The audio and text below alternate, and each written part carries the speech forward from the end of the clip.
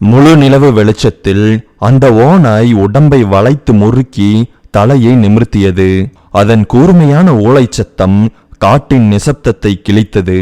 அந்த சத்தம் இனி இங்கே என் ராஜ்யம்தான் என்பதை காட்டிற்கு அறிவுறுத்தியது.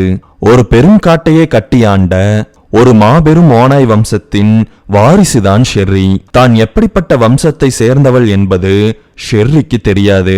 தான் ஒரு சாதாரண பெண் என்றே அவள் நினைத்து கொண்டிருந்தாள். அவளுள் இருக்கும் ஓநாய் ஜீவன் கூட அதையே நம்பியதுதான் ஆச்சரியம்.